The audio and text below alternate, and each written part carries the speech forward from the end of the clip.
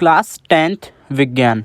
आपका assignment number 3 है। जैसे कि आप लोग देख सकते हो यहाँ पे मैंने लिखा हुआ है असाइनमेंट नंबर 3 क्लास 10th का। ठीक है, देखो करने को तो हर कोई इसका सॉल्यूशन कर लेता है, पर मेन है कि आप लोगों को समझना। ठीक है, मैं इसमें सॉल्यूशन भी दूंगा, आप लोगों को समझा भी दूंगा। ठीक है, आप लोगों को पता है जैसे मेरा चैनल जो है उसका नाम साइंस से रिलेटेड है, वर्सटाइल मेडिकल साइंस। तो मैं ये चाहता हूँ जितने बच्चे मेरे चैनल पे जुड़े हुए हैं वो सभी 10th क्लास के बाद साइंस साइड लें। ठीक है, आप आगे साइंस में बहुत स्कोप है, आप मेडिकल लाइन में भी जा सकते हो, डॉक्टर भी बन सकते हो, MBBS भी कर सकते हो।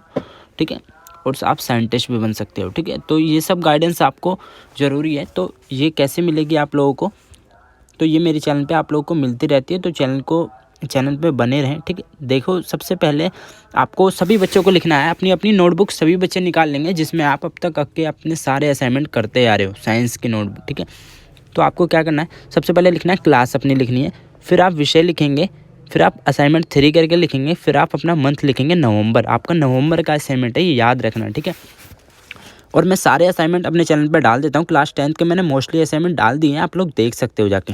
ठीक है, क्वेश्चन नंबर 1 सभी बच्चे उतारेंगे नीचे। प्रश्न नंबर 1, यदि कांच और जल के अपेक्षिक अपवर्तन क्रमश 3/2 एंड 4/2 है तो जल और कांच में प्रकाश की चाल का अनुपात ज्ञात कीजिए। ठीक है, तो इसमें आप लोग देखोगे जो मैंने आंसर लिखा है ये आपको एग्ज़ाम में सिर्फ बिल्कुल ऐसा ही लिख के आना है, तभी आपको मार्क्स अच्छे मिलेंगे। ठीक है, हल में मैंने लिखा है।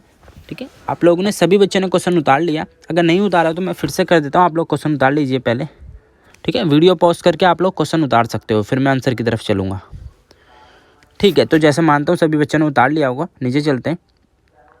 इसमें लिखा है निरपेक्ष अपवर्तन। ठीक है, आपको पहले ये हेडिंग डालनी है, निरपेक्ष अपवर्तनांक। ठीक है, जब प्रकाश की किरण निर्वात या वायु से चलकर किसी माध्यम में प्रवेश करती है तो निर्वात के सापेक्ष उस माध्यम के अपवर्तक को निरपेक्ष अपवर्तक कहते हैं। ठीक है, ये 2 टाइप के होते हैं, इन्हें आप रिफ्लेक्शन भी बोल सकते हैं। ठीक है, अगर आपने इंग्लिश में पढ़ी हो तो इस वाले में आपको सेम एग्ज़ाम के अंदर ऐसे ही लिख के आना है जितना मैंने लिखा है। ऐसे ही आपको बच्चों को कंप्लीट हो गया तो नीचे वाले में सेम आपको ये आपका 7 शेप वाले में लिखना है। ठीक है, जैसा आपको दिख रहा होगा। ठीक है, जल्दी जल्दी ये वाला भी सभी बच्चे नोट कर लेंगे।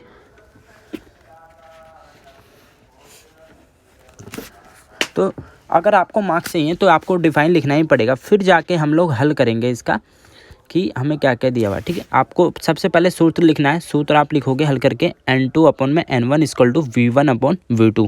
ठीक है, इक्वेशन 1 से। ठीक है, फिर आप लिखेंगे कांच का निरपेक्ष अपवर्तनांक। ठीक है, जल का लिखेंगे, फिर जल में प्रवेश प्रकाश की चाल लिखेंगे। ठीक है, मैं थोड़ा और नीचे कर देता हूँ।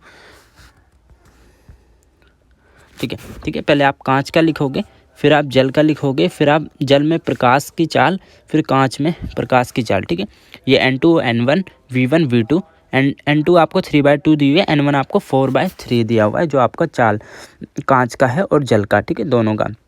तो समीकरण ए में से जब आप इसे पुट करोगे N2 upon N1 V1 V2 तो 3/, तो आपका इक्वल टू V1 V2 आ जाएगा। तो आपका क्या आएगा आंसर, यहाँ तक सभी बच्चों ने उतार लिया, नीचे चल रहा हूँ मैं।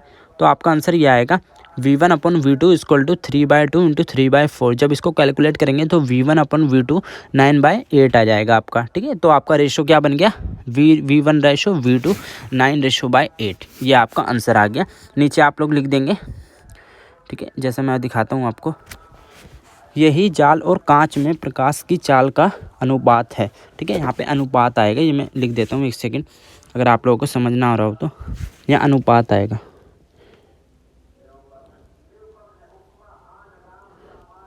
ठीक है, अनुपात।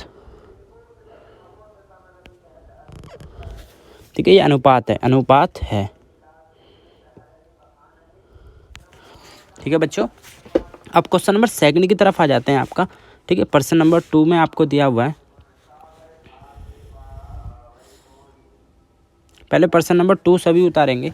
प्रश्न नंबर 2 लिया गया, ऐसे के साधन की किन्हीं 2 विधियों को सच्चरित लिखिए। ठीक है, तो आपका ये क्या है, सेम आपको ऐसे ही एग्जाम में लिख के आना है। अगर आपको मार्क्स चाहिए सभी स्टूडेंट्स को साइंस के अंदर, अगर आपके अच्छे मार्क्स आ जाते हैं तो आपको साइंस साइड मिल जाएगी। ठीक है, इसलिए आपको ये लिखना पड़ेगा, इतना आंसर ठीक है, जो आप देख सकते हो इसमें यहाँ से लेके यहाँ तक का। ठीक है, और ये डायग्राम ज़रूर बना के आना सभी बच्चों को। तो अभी आप लोग लिख लीजिए, मैं थोड़ा जूम कर देता हूँ। जल्दी जल्दी सभी बच्चे ये आंसर उतारेंगे।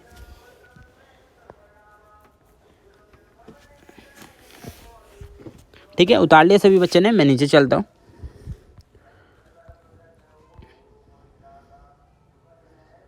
ये आप सेकंड देख रहे होगे, इसमें लिखा है चुंबकीय पृथक्करण विधि। ठीक है, मैग्नेटिक सेपरेशन मेथड। पहले आप सभी बच्चे ये उतारेंगे, फिर डायग्राम का बताऊंगा ये सारा। अब आप ये मत सोचो कि ये थोड़ा ज़्यादा है। ठीक है, ये आप बना के भी लिख सकते हो। जब आप इसे लिखोगे पढ़ के तो आपको एक समझ में आ जाएगा। फिर आप इसे एग्ज़ाम में बना के भी लिख सकते हो, लेकिन आपको लिखना ज़्यादा ही पड़ेगा अगर मार्क्स अच्छे चाहिए तो एग्ज़ाम के अंदर। ठीक है बच्चों,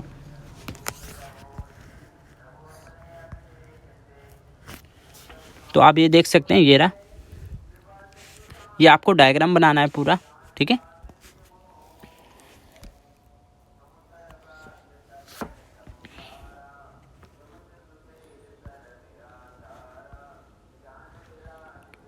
ठीक है, बना लिया सभी बच्चे ने। आगे चलता हूँ प्रश्न नंबर 3 की ओर। ठीक है, प्रश्न नंबर 3 सभी बच्चे उतारेंगे। अधातु और धातु में 4 अंतर लिखिए। ये मुझे लगता है सभी बच्चों को आता होगा, अधातु धातु। ठीक है, आप हमेशा जब डिफरेंस की बात आए, अंतर की बात आए, तो एक लाइन खींच के हमेशा आंसर लिखना है एग्जाम के अंदर। ये बहुत एक अच्छी ट्रिक है नंबर लेने की। ठीक है, तो लिखो बच्चों, सबसे पहले अधातु और धातु की 2 टेबल बना लो। इसके आगे एक करके लिखो। इसमें धातुओं जैसी चमक नहीं होती, इसमें प्रवेश प्रकार की चमक होती है। ठीक है, 2 में लिखोगे यह अदार्थवर्त तथा तन्य नहीं होती बल्कि भंगुर होती है। इसमें लिखोगे यह अदार्थवर्त तथा तन्य होती हैं। इस थर्ड में लिखोगे इसमें ऊष्मा तथा विद्युत का कुचालक होता है, यह ऊष्मा तथा विद्युत का सुचालक नहीं होता। ठीक है, फिर उदाहरण आ जाते हैं। इसमें ग्रेफाइट लिखोगे, इसमें सीसा लिखोगे उदाहरण में। ठीक है, 4 में आ जाते हैं लास्ट। इसमें गलनांक एवं क्वथनांक निम्न होती है। 4 इसमें लिखोगे इसमें गलनांक एवं क्वथनांक उच्च होती है। ठीक है, प्रश्न नंबर आपका ये कंप्लीट हो गया। ठीक है, अब आ जाते हैं हम इस पे 4 पे। ठीक है, प्रश्न नंबर 4 इसमें पूछा गया है आपका ध्रुव अधातु का नाम व संकेत लिखकर अधातु के 3 रासायनिक गुण को लिखो। ठीक है, तो सबसे पहले हम लिखेंगे, पहले तो नाम बता देंगे इसका। ध्रुव अदस्य में पाए जाने वाले अधातु का नाम ब्रोमीन है तथा इसका संकेत Br होता है। ठीक है, इसको हम Br से दर्शाते हैं बोलने के लिए। ठीक है, अब इसमें पूछा है अधातु के 3 रासायनिक अभिक्रिया गुण। ठीक है, सबसे पहले लिख लेंगे वायु से अभिक्रिया। ठीक है बच्चों, आप देख सकते हो वायु से अभिक्रिया, सभी बच्चे उतारेंगे, ये पूरा उतार लीजिए। फिर आते हैं जल से अभिक्रिया। ठीक है, जल से अभिक्रिया आप देख सकते हैं, जल से अभिक्रिया अधातु जल के साथ अभिक्रिया नहीं करता, उदाहरण के लिए ये लिख सकते हो। और फिर अम्ल से अभिक्रिया। ठीक है, अम्ल से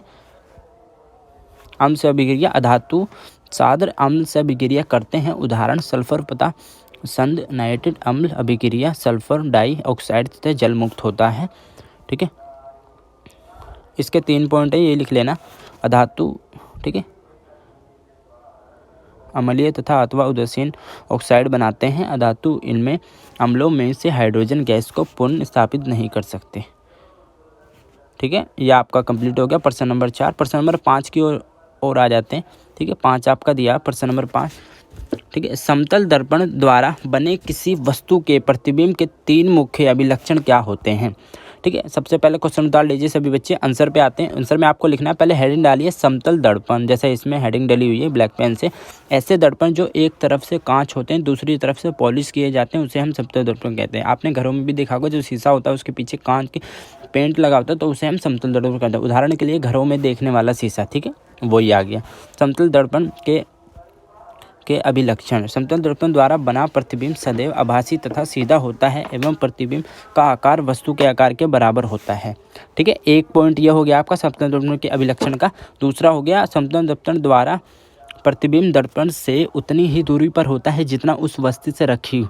ठीक है, जैसे कि कोई वस्तु एक समतल दर्पण के सामने 10 मीटर पर रखा है तो उसका प्रतिबिंब 10 मीटर का ही होगा। मतलब ये कहना चाहते हैं जो भी इमेज बनी होगी उसके सामने वो सेम डिस्टेंस पे ही होगी, शीशे के अंदर भी शीशे के बाहर भी। ठीक है, फिर आ जाते हैं हम थर्ड पे। किसी व्यक्ति को अपना पूरा प्रतिबिंब देखने के लिए दर्पण की ऊंचाई व्यक्ति की ऊंचाई की आधी होनी चाहिए। ठीक है, आप लोग समझ गए। ठीक है, फाइनली आपका ये कंप्लीट होता है। होप करता हूँ आप लोगों को वीडियो बहुत पसंद आई होगी, ठीक है। और कोई भी डाउट रहा हो आप ज़रूर कमेंट करना और चैनल को सब्सक्राइब जरूर कर देना, क्योंकि मैंने आपको क्या बताया कि मेरा चैनल मोस्टली इसी चीज़ को लेके, साइंस को लेके, ठीक है। और मैं आगे भी आपको अगर आपको ये चाहिए कि मैंने एक वीडियो में भी आपके 10th का सिलेबस कंप्लीट करा रखा जिससे आप पढ़ के बहुत अच्छे मार्क्स ला सकते हो, ठीक है। और आगे आपको साइंस साइड लेनी है, मेडिकल लाइन में जाना है, डॉक्टर बनना है, ठीक है, साइंटिस्ट बनना है, तो आप लोगों को गाइडेंस की ज़रूरत पड़ेगी और आगे आपको नीट वगैरह का एग्जाम देना पड़ेगा, तो उसकी भी मैं कोचिंग देता रहता हूँ, इसलिए चैनल को सब्सक्राइब कर लेना। मिलते हैं नेक्स्ट वीडियो में, till then bye, be safe, stay healthy, जय हिंद, जय भारत।